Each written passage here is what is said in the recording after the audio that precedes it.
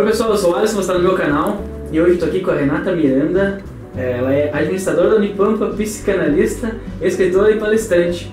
E esse aqui é o quadro websérie De Peito Aberto, onde a gente conversa aqui, definitivamente de peito aberto, falando sobre coisas legais.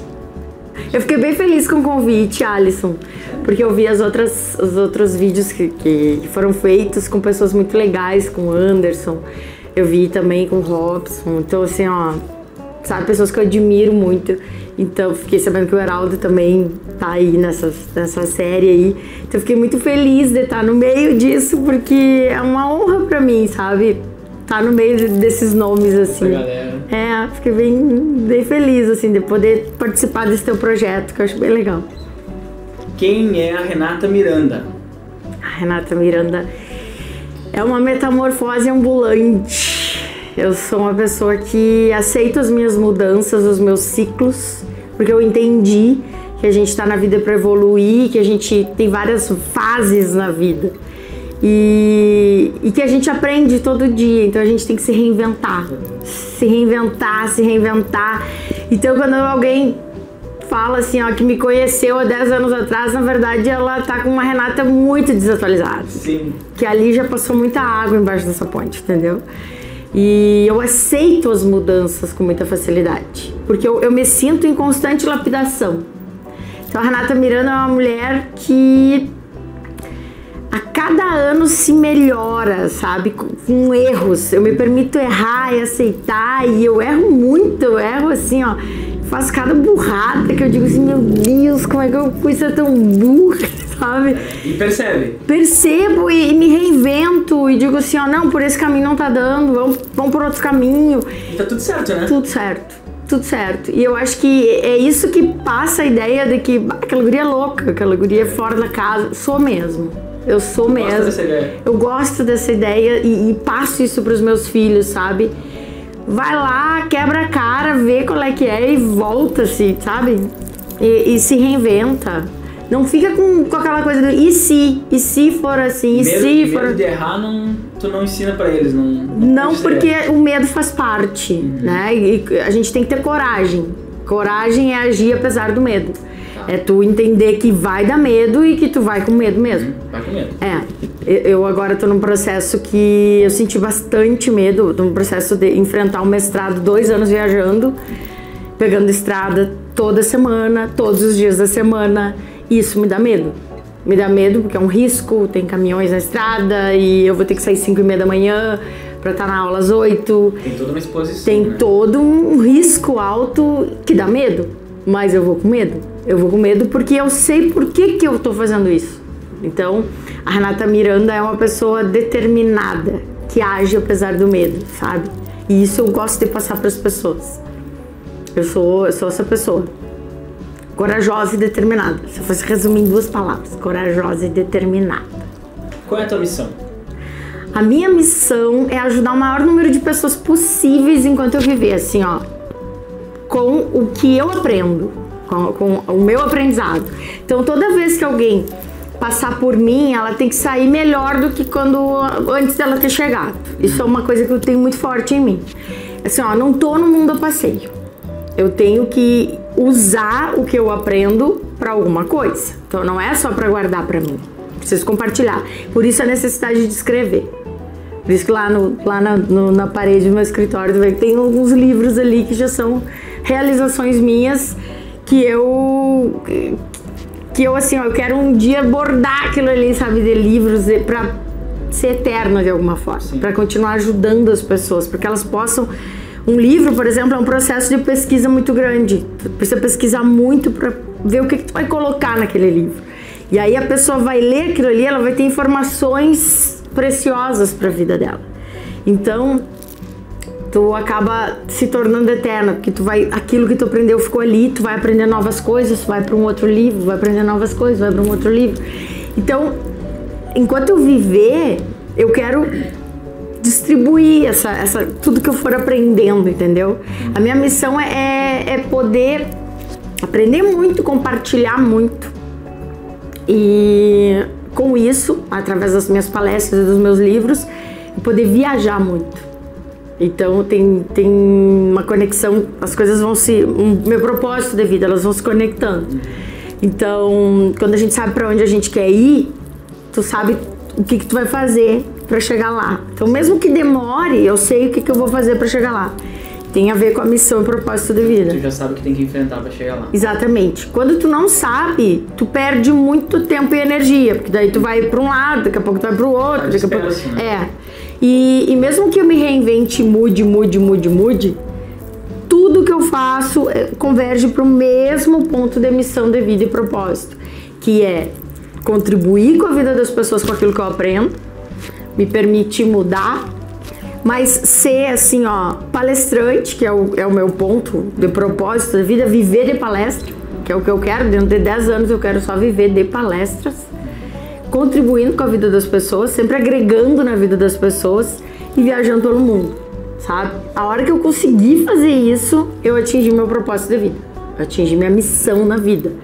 Então é muito legal assim, ó, tu ver as pessoas te agradecendo porque leram um livro teu que tu escreveu 5 anos atrás e dizendo assim, tu mudou minha vida por causa daquele trecho do teu livro, e elas me narram, sabe? E eu digo que eu nem lembrava que eu tinha escrito aquilo, porque a gente vai mudando, né? Incrível. Isso é muito legal. Então essa é a minha missão na vida, assim, ó. Tá muito claro pra mim. Não todo mundo a passeio. Sabe? Isso aqui. Show de bola. Olha só. Tu é funcionária pública, certo? Certo. Comumente se atribui ao funcionário público uma imagem de burocracia, processos lentos, enfim, essa coisa toda. Por outro lado, quem te acompanha nas redes sabe que tu tem um ritmo acelerado e é porrada todo dia, né?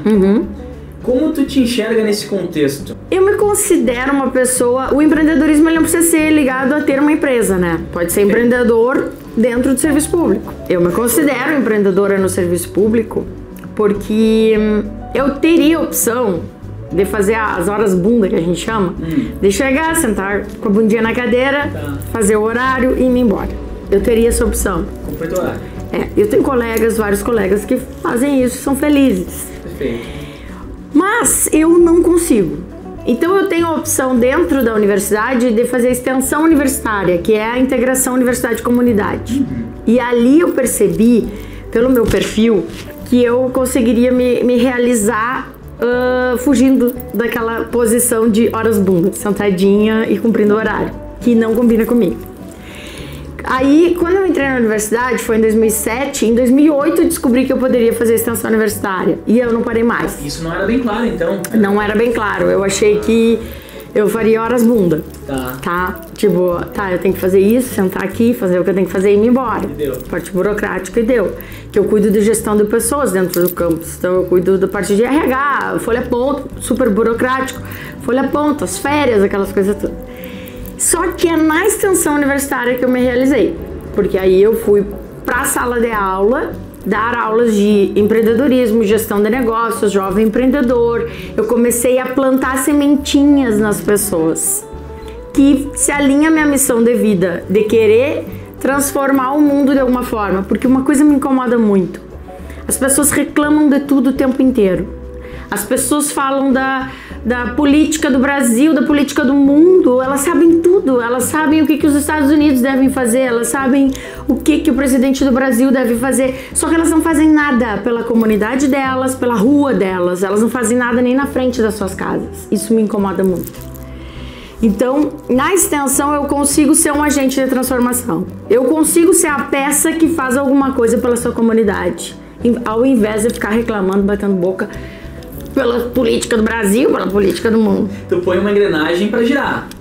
Eu acho que se cada um fizer a sua parte, as coisas acontecem, o mundo fica melhor. É mágica, né? Tu quer um mundo melhor? Tira a bunda da cadeira, meu filho. O que tu tá fazendo pelo teu mundo? Isso me irrita, porque eu vejo muita gente, principalmente no Facebook. O Facebook tem, assim, uma quantidade de pessoas que sabem a solução pra tudo, elas criticam tudo, elas são ótimas, mas elas não sabem administrar nem a casa delas, entende? Então, isso me incomoda. Então, na extensão, eu consigo ser um agente transformador que faz a sua parte. Eu não tô preocupado em reclamar das coisas, eu tô preocupado em fazer a minha parte. Então, se alguém falar alguma coisa, eu vou dizer, não sei, eu tô fazendo a minha parte. E a hora que eu morrer, as pessoas vão poder dizer, não, essa guria fez bastante coisa, sabe? Ela contribuiu pro mundinho que ela viveu ali. E eu aconselho que as pessoas comecem a refletir sobre isso. O que tu pode fazer? Né? Tu tá fazendo a tua parte. Tu faz um monte de coisas bacanas, assim, que tu muda o teu entorno. Então, se cada um mudar o seu entorno, a gente melhora o todo. Vai ter uma mudança grande, né? Vai. E eu acredito nessas pessoas que fazem o seu pouquinho, sabe? É nessas pessoas que eu dou crédito, que eu escuto, que eu presto atenção. Porque as outras, elas falam muito, mas elas não fazem.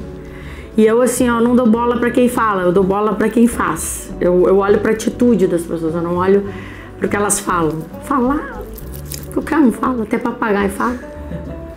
Né? Muito vago, né? Falar é fácil. Fazer é aquela coisa, sabe? Eu valorizo quem faz. Isso aí, pra ação, né? É. Tu tá sempre em cursos, workshops, comunidades acadêmicas, enfim. Tu nunca tá contente com o que tu já sabe. Não, porque a gente nunca sabe, né? A gente nunca sabe bem pouquinho. Que engrenagem maluca é essa que te move? A vontade de aprender.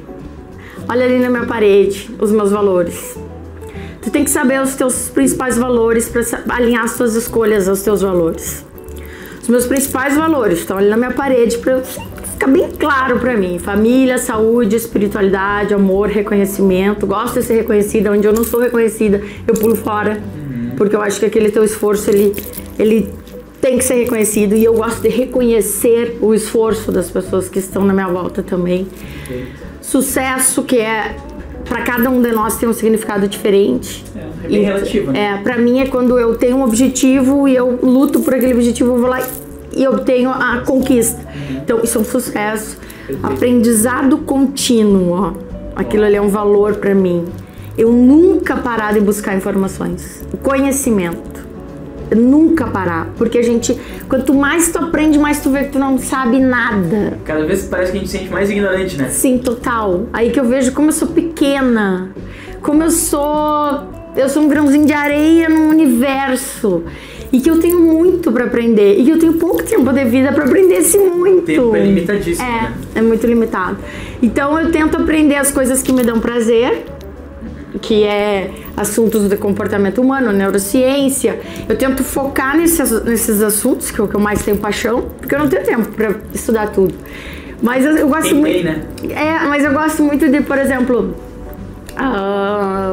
pintar, fazer coisas assim, fotografia, já fiz curso de fotografia, coisas assim que não tem nada a ver com o que eu estudo, porque são coisas que me dão prazer. E a gente precisa liberar dopamina, serotonina, endorfina no sangue para equilibrar o estresse. Então eu não posso ficar só estudando, sabe, aquilo fechado. Eu tenho que sair um pouquinho, ver um filme, aprender outras coisas, aprender costura, aprender fotografia, entendeu? Dar uma respirada no cotidiano, né? Para equilibrar, mas sempre buscando aprender, porque nós somos eternos ignorantes de vários assuntos, entende? Por mais que a gente se especialize num assunto, você vai poder aprender. E quando a gente aprende, parece que a cabeça abre, assim, ó. Parece que tu se abre pro novo. Olha o Empretec mesmo que a gente viveu ali.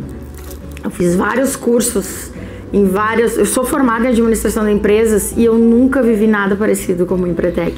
Foi bem marcante pra ti, né? Foi porque acho que até pela exaustão que a gente chegou, assim, ó, teve 2 noites que eu não dormi, que eu virei, porque eu sou focada em resultado, então eu queria resultado, sabe? E vai muita pessoa, porque teve gente que dormiu, teve gente que não dormiu. Vai da pessoa. Vestiu a camisa, né? Eu vesti, eu mergulhei de cabeça, porque era uma coisa que eu queria fazer, era uma experiência que eu queria viver. Tu abdicou de bastante coisa na tua vida. Sim. Pra viver aquele momento, né? Sim, Foi total. Uma semana, né? Foi uma semana, mas eu queria aquele momento e eu abri mão de várias coisas naquele momento. Meu filho foi par de debutante na época, no dia eu não pude ver, não viu nada. E era uma coisa importante pra mim. Sim. Mas eu me entreguei pra aquilo ali, sabe? Mas o que acontece com isso? A cabeça da gente abre. Você começa a perceber assim, ó, meu Deus, se eu vivi isso assim, ó, eu mergulhei de cabeça naquilo ali, eu aprendi novas coisas. coisas que eu não vi na faculdade e que em 6 dias eu vivenciei assim com uma profundidade do mundo do empreendedorismo. Com tanta facilidade, né? Sim. Foi uma experiência muito legal. Mas é uma experiência, é um exemplo que eu tô dando aqui do quanto o aprendizado abre a tua mente. Sabe? Tu fica assim, ó, meu Deus, como é que eu não tinha percebido isso? Sabe? Tu não consegue voltar mais lá atrás. Não. Depois daquele ponto... É que nem amassar um papel, sabe? Tu pega um papel, amassa, depois eu digo assim, alisa agora. Não vai conseguir deixar liso de novo, sabe? Cada marquinha ali é um aprendizado. Então, cada vez que eu faço um curso, alguma coisa, eu amasso mais o papel, sabe? Pra ficar mais uma marquinha. Mas a gente... Nunca mais volta ao estado anterior. Nunca mais volta e sempre tem espaço pra aprender. Sempre. Isso que é mais legal. O cérebro é uma coisa fantástica, né? Porque a gente pode colocar mais informações, ele não vai ter limite. Cada vez mais. E a gente pode compartilhar, né? Pode. E basta querer também, né?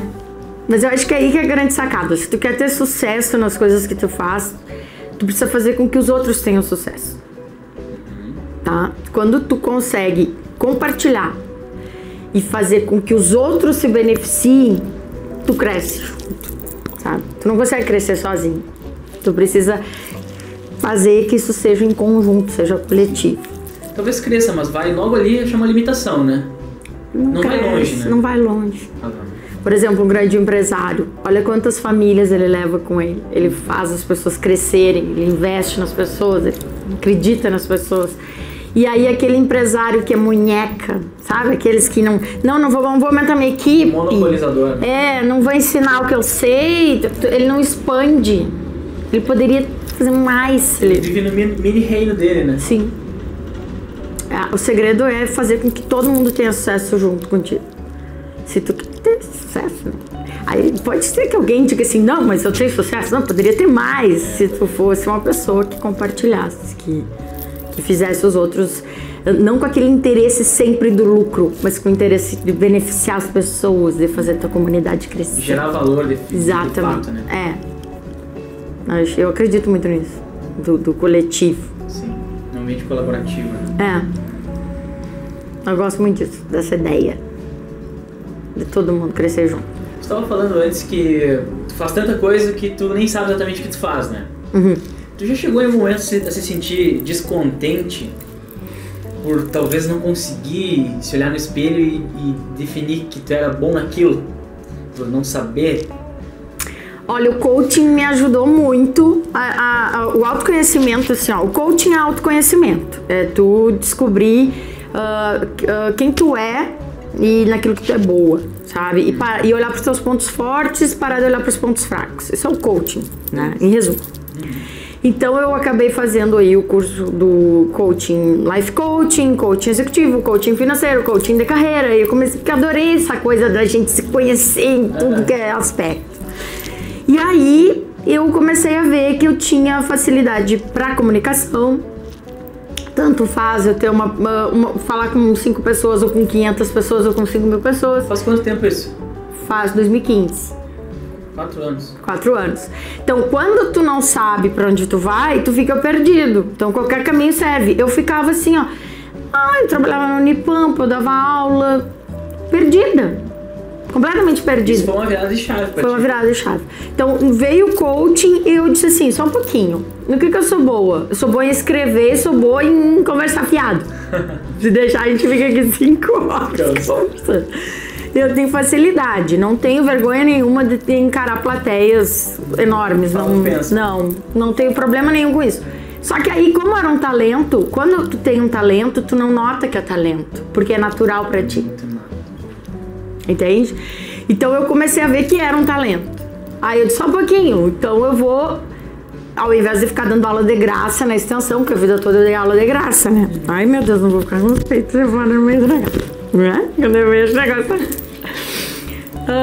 Então assim, ó, eu comecei a ver que eu poderia cobrar pra palestrar, ao invés de fazer tudo de graça, porque eu fazia de graça, de tanto que eu gosto. Sim, era tão pra fora. Era de graça. Renato, pode palestrar, não sei aonde, posso? Só que aí eu comecei a cobrar, comecei a ver que poderia virar uma profissão. Sim. Isso foi o coaching que me trouxe, essa clareza. Maravilha. clareza de tu saber usar o teu potencial. Aí eu comecei a ver que era um potencial, que eu tinha coisas que eu era muito ruim e que tinha coisas que eu era muito boa. Então, vamos parar de olhar para aquilo que tu é ruim, vamos olhar para aquilo que tu é boa. Tá numa caixinha, deixa lá no canto. Aí eu criei o Instituto Renata Miranda, com treinamentos em empresas, treinamento comportamental, assim, né, para ensinar as pessoas a usarem seus potenciais. E deu super certo, assim, foi uma coisa que eu comecei a vender palestra, comecei a palestrar profissionalmente, e eu disse, meu Deus, aí a minha cabeça assim... Despertou um desejo. Gente, eu não preciso ficar esperando a aposentadoria na Unipampa, sabe? Que eu ficava assim, agora eu me aposento, vou morar na praia. Aquele roteiro. Eu disse, não, eu posso mais, eu posso muito mais. Então, isso foi o coaching que me trouxe a clareza. Tá? O autoconhecimento, parar de olhar para os lados e se comparar com as pessoas, tipo assim, não, mas se o meu colega tá fazendo mestrado, doutorado, eu vou fazer mestrado, doutorado. Não, hoje eu vou fazer o meu mestrado porque eu quero ter mais conteúdo como palestrante. Tem um propósito, é diferente, entende? Então é nesse sentido, assim, que o coaching me abriu, me deu clareza, isso foi de 2015 para cá. O que tu pensa sobre o coach hoje em dia e por que há tanta piada, comédia envolvendo o desenvolvimento dessa profissão? Porque banalizou. Porque, por exemplo, quando eu comecei em julho e terminei em dezembro o curso. E era assim, ó, durante a semana lá na SIC, era um curso intenso, era uma coisa séria. Eu fiz pela Sociedade Gaúcha de Coaching e a gente ficou um semestre convivendo ali, fazendo aquele curso, e a gente tinha que atender, fazer tipo um estágio, era uma coisa séria. Um semestre de duração. Um semestre de duração. A gente vê hoje pessoas fazendo curso de coaching no final de semana. Então, quer dizer, não tem uma profundidade. A pessoa vai lá e diz que é coach. E aí, quando tu vê, salta coach, tudo que tu dá uma moita, salta 10 coach, entendeu? Banalizou. E aí, então, como em todas as profissões, tu tem um bom advogado, tu tem um advogado falcatrua. Tu tem um bom dentista, tu tem um dentista que é horrível.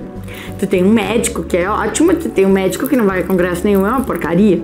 Então, como em toda profissão, tem aquele coach bem falcatrua. Tem aquele que vende milagres, que vende sensacionalismo, que vende, sabe? E eu, inclusive, eu vendia um curso que eu trabalhei com o nome Meta e Transformação Pessoal, porque eu me identificava com esse nome, então eu criei o Metamorfose. Só que aí comecei a ver que aquilo tava sensacionalista, sabe? Que era em função da palavra meta, só que muita gente interpretava como metamorfose, sabe? Aquela mudança. Então... O coach, dependendo da maneira que ele fala, parece uma coisa muito...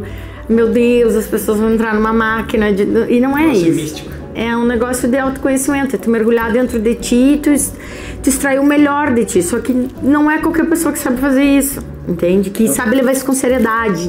Um exercício para remover as respostas dentro de ti. Eu vi um meme maravilhoso que eu me matei de dar risada, de coach, que dizia assim, ó, o coach financeiro, eu sou coach financeiro, tá? Mas assim, eu me matei de dar risada. Porque era assim, o coach financeiro te ensina a ficar milionário e vai embora de Corsa. Muito bom. E eu parei, olhei e disse, mas Sarinho, meu Deus, mas você sabe que eu conheço uns quantos que é assim? Então, que vem de uma coisa que não faz.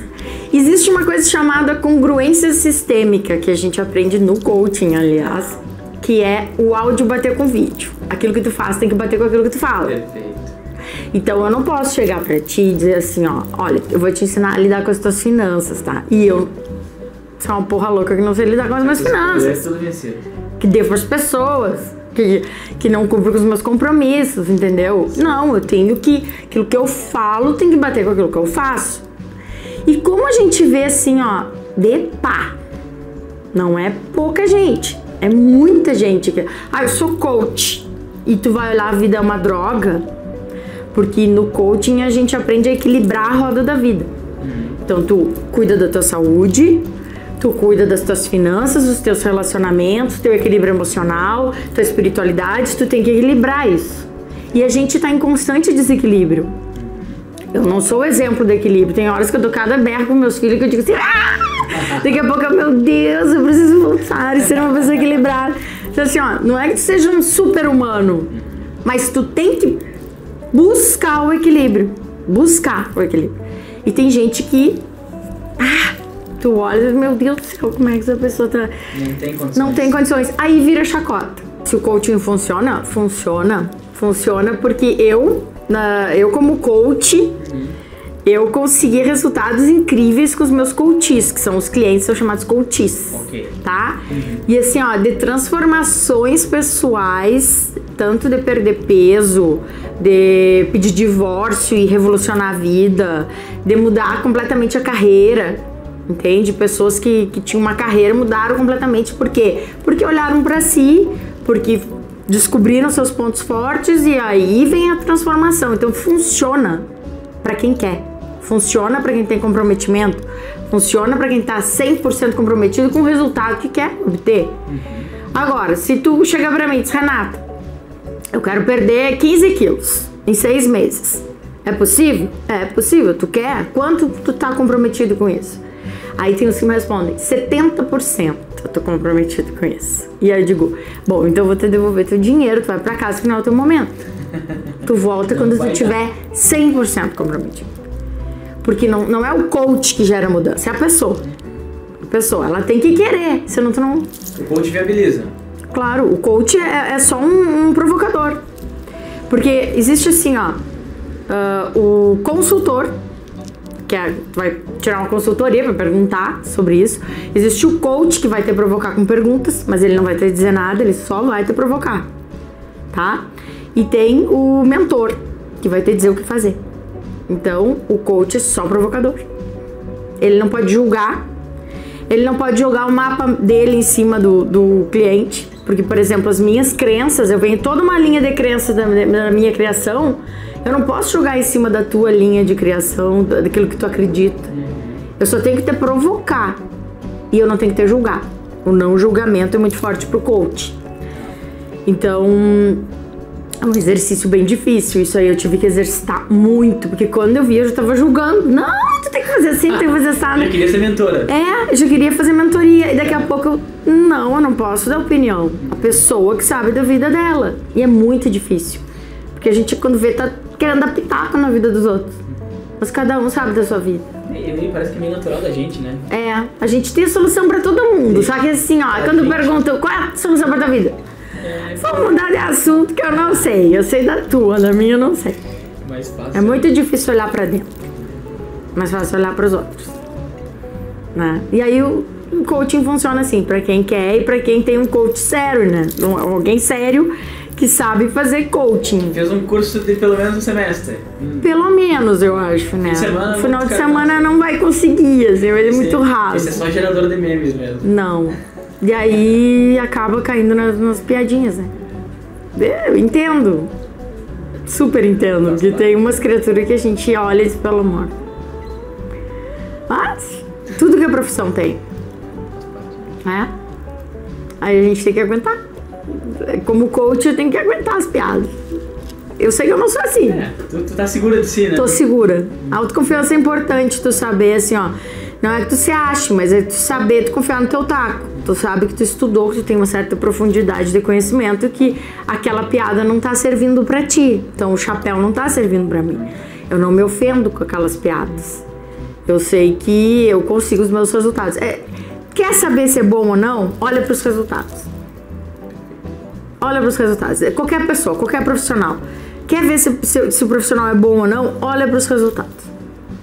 Não é o que as pessoas falam, não é o que eu acho, não é o que tu acha. Olha para os resultados. Também não adianta um monte de quadrinho com certificado na parede, tá? Porque não adianta conhecimento sem atitude. Tu pode ter muita sabedoria, muito conhecimento, mas se tu não tem atitude, não adianta nada. Atitude é 60% dessa história. Então... ver os resultados. Os outros 40 é? A sabedoria e o conhecimento e a sabedoria. Porque uma coisa é o aprendizado, tu adquire o aprendizado, isso é um percentual.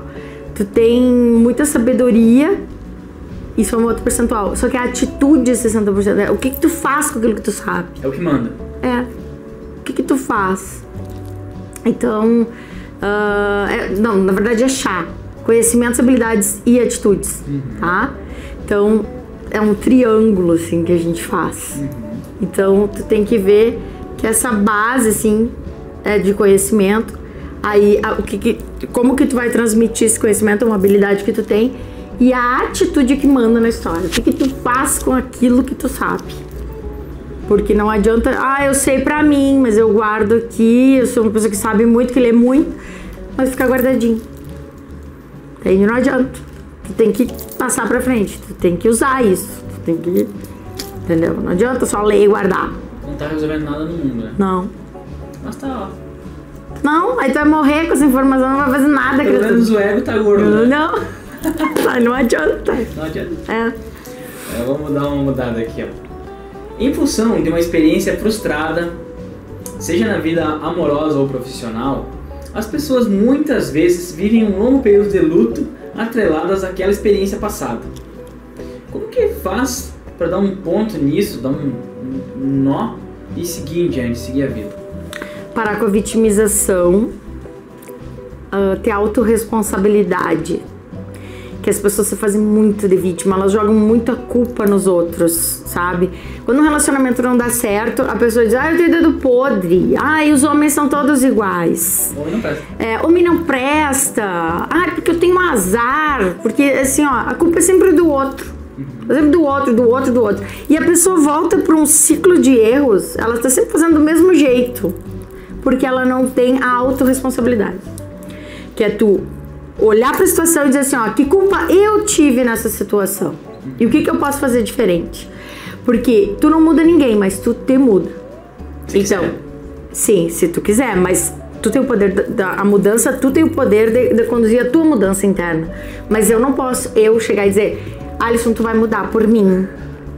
Difícil, né? Não, eu não consigo fazer tu mudar por mim, entendeu? Mas eu consigo me mudar. Eu posso chegar e dizer assim, agora eu vou ter vergonha na minha cara e eu vou mudar. Eu vou fazer isso. Eu posso. Agora não adianta eu querer mudar meu marido. Não adianta eu querer mudar meu filho. Não adianta. Entende? Então, quando tu tem autorresponsabilidade, tu vê o que eu posso fazer que vai mudar essa situação. Se o casamento tá mal, o que eu posso fazer que pode alterar isso aqui que eu não tô gostando? O que depende de mim? Então, isso é autorresponsabilidade. Parar de ficar elegendo culpados para tudo que te acontece e ver o que tu pode mudar. E aí, se tá ruim, vamos mudar tudo. Foi aí que eu me divorciei, quando eu tinha 30 anos, eu decidi mudar tudo. Tu é louca, tu vai deixar tudo pra trás. Eu vou deixar tudo pra trás. Eu não tô feliz. Mas tu jurou na frente do padre que era até a morte. Será que a morte me separa? Eu não tô feliz. Eu preciso ter uma sensação de felicidade para me nortear. E aí eu assumi a minha parcela de erro. Tá até no meu livro, naquele segundo livro ali, Divórcio, Finanças e Filhos. A minha parcela de culpa não foi, eu não me separei por culpa do meu ex-marido. Eu me separei por minha culpa e por culpa do meu ex-marido, onde nós nos desencontramos em determinado ponto. E a gente, por imaturidade, sei lá gerou a ruptura. Mas eu não vou viver presa num passado de uma Renata que nem existe mais. Porque eu errei, porque eu podia ter feito assim, porque eu podia ter feito assim. Eu poderia, mas se a cabeça que eu tenho hoje não é a cabeça que eu tinha lá. Então eu me perdoo e sigo a vida. Na programação neurolinguística a gente estuda isso também. Quando tu fez, tu teve intenção de acertar, mesmo que tu tenha errado. Sim. Tá? Então tu não tem que ficar preso ao erro. Porque tu não sabia, se tu soubesse, tu não erraria. Não sabia que tava errando. Ninguém faz nada querendo errar, né? Então assim, errei porque não sabia. Se eu soubesse, não erraria. Então me perdoo e sigo a vida. Agora, quando eu tô olhando pra trás, se eu tô olhando pra trás, eu não tô olhando pra frente. Impossível olhar pros dois lados ao mesmo tempo. Entende? Aí se eu vou ficar remoendo o passado, eu não vou estar vivendo o meu presente e construindo meu futuro. Não tá direcionando o futuro. Então tu vê pessoas amarguradas, presas a um passado, a pessoas que não existem mais, porque as pessoas mudam. Tu mudou, eu mudei, todo mundo muda. Então como é que eu vou ficar presa a uma coisa que aconteceu 10 anos atrás se aquelas pessoas não existem mais? Entende? Aquela pessoa que me magoou 10 anos atrás ela nem lembra, talvez, aquilo que eu tô remoendo. Entende? Então, não faz sentido. Quando tu entende isso, tu consegue girar, né? Vamos virar essa chave, vamos tocar a vida, não vou mais ficar sofrendo, olhando pra trás, vou me perdoar, porque outra coisa difícil é se perdoar. Quando que eu me perdoei? Que eu percebi assim? Quando tu não tem mais aquela agonia no peito, aquela sensação assim de culpa, de carregar aquele fardo nas tuas costas e dizer assim, por que eu fiz isso? Que burra!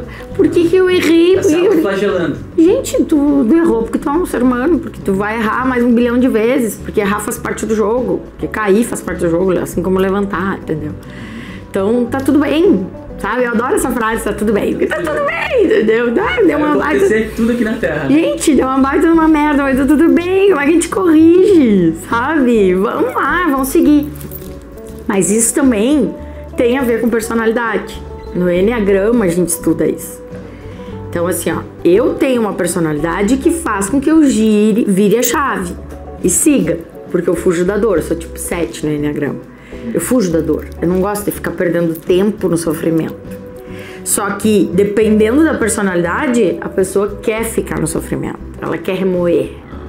Ela quer ser vítima. Tem a vítima, a carente, aquela pessoa assim que quer que todo mundo ache ela uma coitadinha, sabe? Ela se alimenta disso. Então eu sou a vítima, porque ninguém gosta de mim, porque eu tenho dedo podre, porque eu não acerto, porque meus relacionamentos... Dá vontade de sacudir a pessoa e dizer, mas o que tu pode fazer pra mudar isso? Então tem a ver com personalidade também. Não ter autorresponsabilidade, né? E jogar a culpa nos outros. E aí viver no passado, presa no passado. Quando eu jogo a culpa no outro, e eu acho assim que a culpa é do outro, da minha desgraça, terceirizou. Eu tô presa nisso, porque assim, ó, o fulano é o responsável pela minha infelicidade. Então eu tô presa nessa ideia. Enquanto eu não assumir que... Não, só um pouquinho. O que eu fiz? Que parcela de culpa eu tive em entender que eu sou um ser humano que falha. O ser humano faz um monte de burrada. Se eu faço um monte de burrada, consequentemente, essa pessoa também tem direito de fazer um monte de burrada. Então, deixa isso pra lá. Perdoo, deixa eu ir embora, porque tá me fazendo mal. Não é pelo outro que eu tô fazendo isso. É por mim. Eu não quero pensar nisso. Pode ser um baita de um filho da puta. Deixa fluir, não quero saber, entendeu? Não me interessa, vou virar a página, porque tá me fazendo mal, é por mim que eu tô fazendo isso. E vou-me embora, eu sigo minha vida. Ser protagonista da vida. Claro! Foi culpa, foi culpa, tá, não me interessa, filho da puta, tá, deixa pra lá. Tem uma coisa que eu ensino pros meus alunos que é muito legal pra ajudar a perdoar, a deixar embora. Tá? Tu anota numa carta tudo, mas chama do que tu quiser, mas xinga com gosto. Carta bem elaborada. Escreve, como se fosse escrever pra aquela pessoa, assim, ó. Seu filho da puta. Negócio seguinte. Sem vergonha, desgraçado. E bota. Escreve tudo. Abre o teu coração. Bota tudo ali. Bota no envelope. Pega um isqueiro e queima. Encerra aquilo dentro de ti. Por quê? Porque na programação neurolinguística, se eu estou visualizando, estou informando o meu cérebro que eu estou queimando aquele assunto na visualização, certo? Eu estou encerrando este assunto na minha vida. Queimo, acabei. Acabou. Não é só pensar que acabou. É eu simbolizar, visualizar e encerrar o assunto. E vai viver a tua vida. Esquece isso. Porque não vai te fazer bem, vai ficar preso, tu não consegue projetar o futuro pensando no passado. O passado ele serve para nos embasar aquilo que a gente aprende, entendeu? Eu vou aprender com os meus erros, eu fui muito feliz e eu acho que é por isso que eu me conecto tanto com o budismo. Eu sou uma pessoa que não tem religião, mas eu gosto muito de me conectar com a espiritualidade. Então eu gosto muito do budismo, eu gosto muito do espiritismo, eu gosto dos rituais católicos. Então assim, ó, eu gosto um pouquinho de cada coisa. Enxerga o que tem de bom ali, que faz sentido pra ti. Por que eu gosto do budismo, principalmente? Porque ele fala na impermanência das coisas. Tudo é impermanente. Não tem nada que seja pra sempre, que vai durar pra sempre. Então assim, ó, não tem felicidade pra sempre, não tem tristeza pra sempre, não tem... Então deixa as coisas fluírem. Sabe? Desapega, deixa fluir, vive a tua vida. Hoje tu tá bem, amanhã pode ser que tu esteja mal. Aproveita o hoje. sabe? Hoje a gente tá com saúde, pode ser que amanhã eu esteja com um baita de um problema, então vamos viver isso aqui hoje, sabe? Porque é tudo impermanente. Perfeito. Aproveitando esse gancho, sobre a partida de pessoas da nossa vida, a temida morte, que lições podemos tirar dela e como encontrar um significado que nos permita conviver com isso? A morte faz parte da vida, né? Eu perdi meu sobrinho com 24 anos, foi levar os cavalos para fora e foi atropelado. E ali naquela curva eu vi que a vida termina. Às 19 horas, um belo dia toca teu telefone e diz: o sobrinho morreu.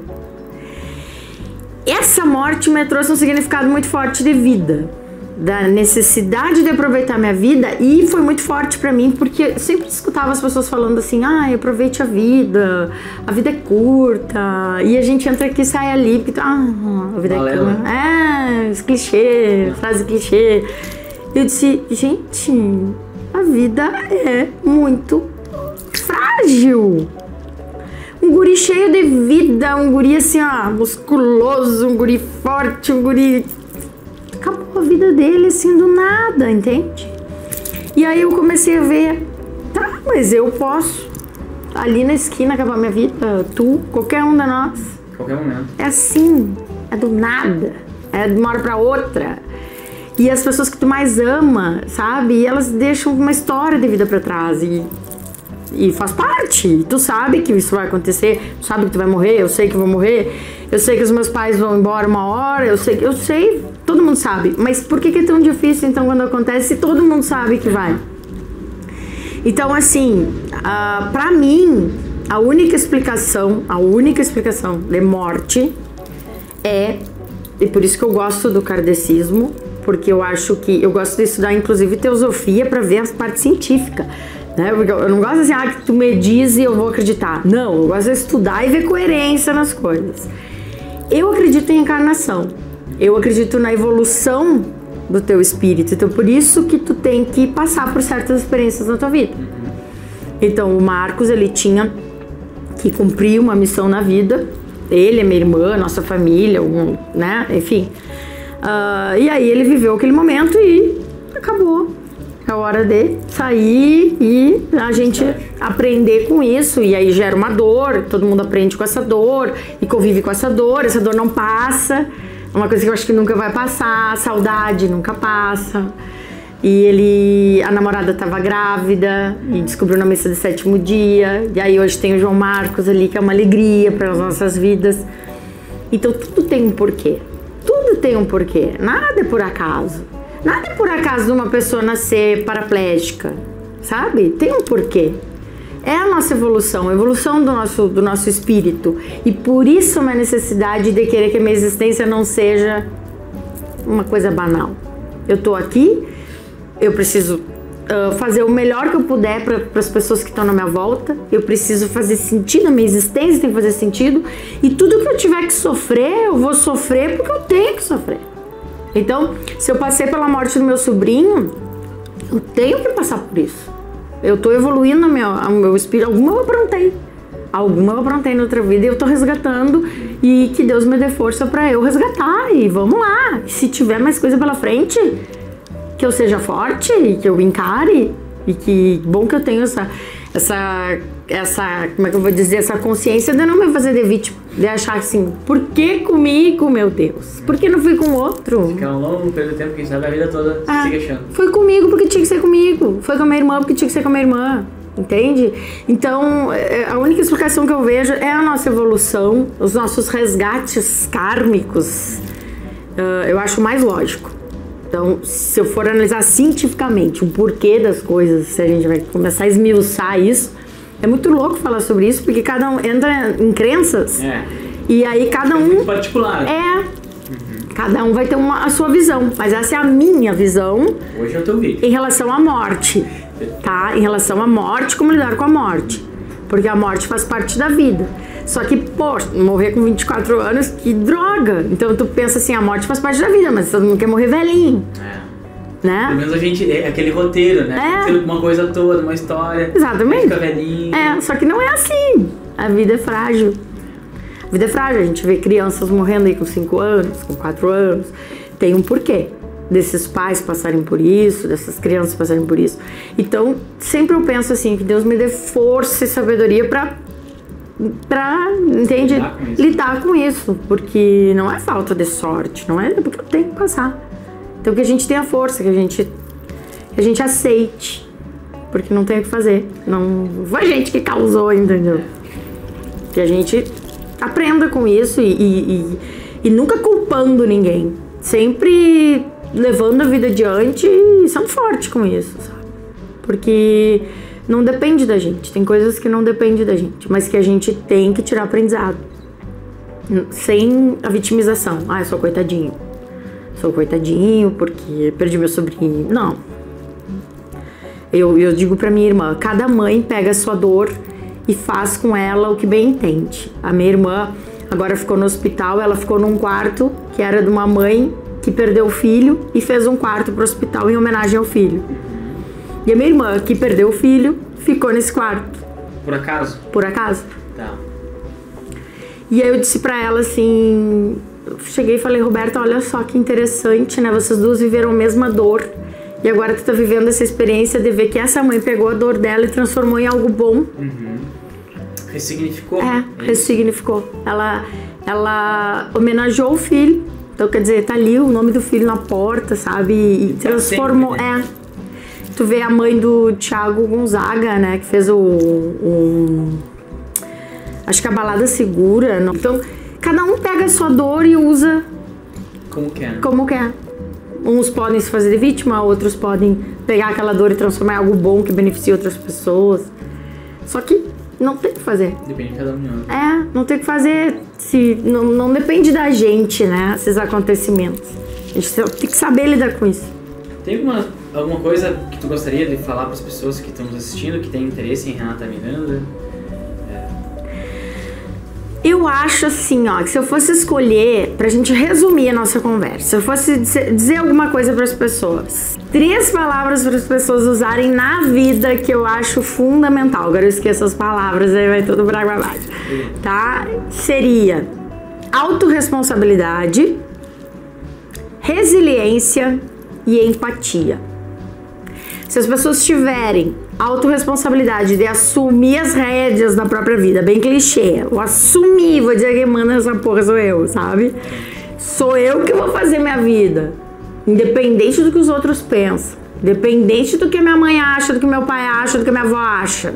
Não, é o que eu acho, é a minha vida que a gente tá falando, com licença, mas quem sabe da minha vida sou eu. Então, se eu fosse seguir o que a minha mãe acha, que meu pai acha, eu não ia na esquina. Porque eles acham assim, funcionário público só tem que esperar a aposentadoria. Então, eu sei que é por amor, mas às vezes por amor as pessoas querem te proteger tanto que vão te podando. Tu acaba virando um bonsai. Querem te botar num potinho. Tu acaba virando um bonsai, que tem potencial para ser uma árvore frondosa, mas acabam te transformando num bonsai. Então, autorresponsabilidade. Resiliência é a capacidade de envergar, mas não quebrar. Porque a vida é complicada. E é pra todo mundo. Nós tropica, mas não cai. Gente, assim, ó, não tem vida fácil, não tem... gente que não tem sofrimento, gente que não passa por dificuldade. Todo mundo passa por dificuldade, entende? Então, assim, ó, a vida dela é uma maravilha. Não é. A gente tem momentos felizes, tristes e neutros. Tem dias que eu tô me sentindo um lixo. Que eu acordo e digo, meu Deus, aí eu vou dar uma meditada, e eu digo assim, não, só um pouquinho, deixa eu agradecer um pouquinho. Aí eu melhoro, sabe? Daí eu vejo que eu tenho muita coisa pra agradecer. E que eu tô reclamando de barriga cheia. Que às vezes a gente tá mal, assim, e aí a gente reclama de umas bobagens, por favor. Aí tu vai, né? Mas não tem 100% de felicidade, não existe. Então vai ter aquele momento, assim, ó, que tu vai tá mal. E que tu vai envergar, mas tu não vai quebrar. Aí essa é a resiliência. É tu entender que deu um problemaço, que tu vai achar uma solução e tu vai dar a volta e que as coisas vão se acomodar. E a empatia. Eu lamento pelas pessoas que não têm empatia. São seres humanos frios, seres humanos que não conseguem se colocar no lugar do outro, não conseguem entender o universo do outro, não conseguem sentir a dor do outro. Isso é muito triste quando tu não tem empatia. Porque aí tu acha assim, Poxa, mas que frescura é essa? Mas por que tu tá sofrendo? Mas por que... Tu tem que entender que cada ser humano é único. Cada pessoa reage de um jeito diferente. E o fato de tu não sofrer com isso não significa que o outro não sinta muita dor. Então tu precisa entender que as pessoas são diferentes, respeitar essas diferenças. Se colocar no lugar daquela pessoa, entender que ela é diferente de ti e que ela tem toda a liberdade de pensar diferente, de agir diferente. E que a gente precisa só respeitar isso, essas diferenças. Vamos incluir aí a quarta palavrinha, respeito. Autorresponsabilidade, resiliência, empatia e respeito. Pronto. É só isso que eu quero deixar nesse vídeo, assim, como que as pessoas levem pra vida. Porque se a gente tiver isso, a gente consegue viver bem. Tu não se mete em treta, tu não se mete... Eu já me meti em muita treta, hein? Já discuti com gente que não valia a pena. No Facebook, eu bati a boca. Eu bati a boca. Conseguiu perder tempo ali.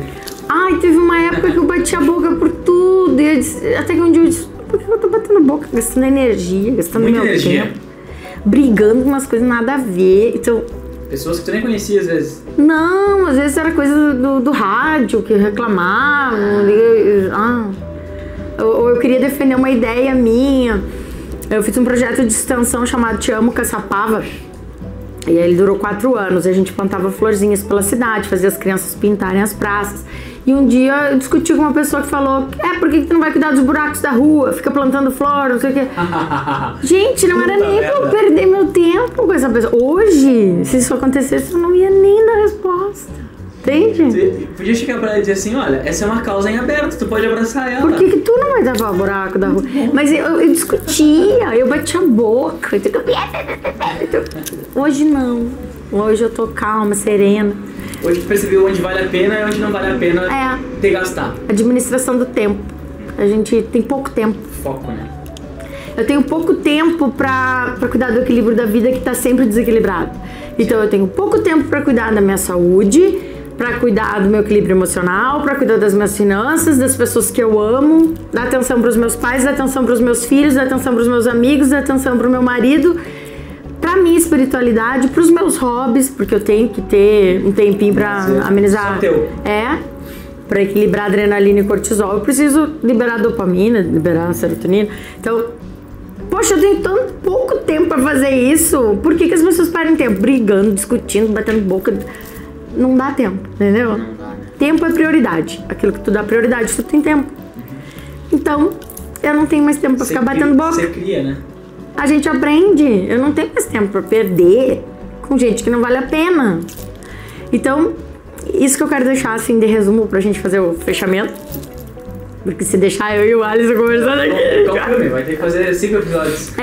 Então assim, em resumo seria essas palavras assim para as pessoas terem pra vida e que associassem sempre isso ao que, de tudo que eu aprendi, são as coisas que a gente mais...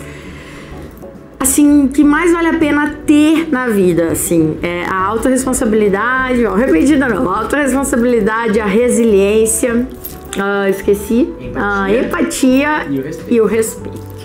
Isso aí, a gente vai longe.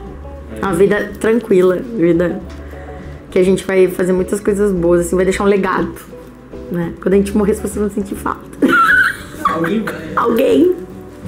Mas é pior do que aquela que morre e ninguém, tipo, né? Tipo assim, graças a Deus, morreu. Ninguém diga também, né? Não. Não? Não vai. Não é tão ruim assim.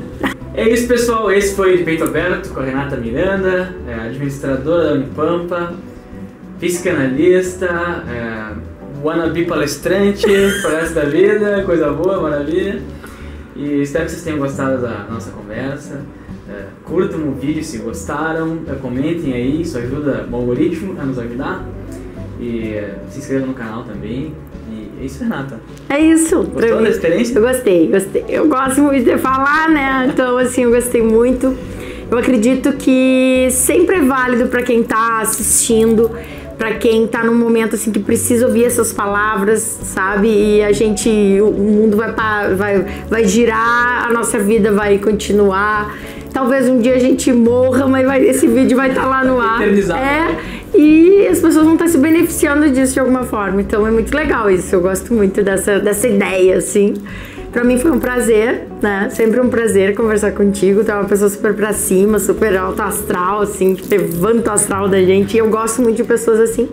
Eu acho que a gente, se várias pessoas começarem a pensar dessa forma, em agregar e, né, trazer algo pras pessoas, fazer algo diferente, né? Eu acho que todo mundo lucra com isso, todo mundo se beneficia. Coisa boa. É muito legal. Eu que agradeço por tu ter aceitado, Legal. por ter disponibilizado o espaço e ter falado aí de peito aberto pra gente. Sim. Sem palavras, assim. Tá gratidão. bom, tá bom. Agora a gente bate aqui. Vamos finalizar então. Certinho, tchau, gente! Valeu.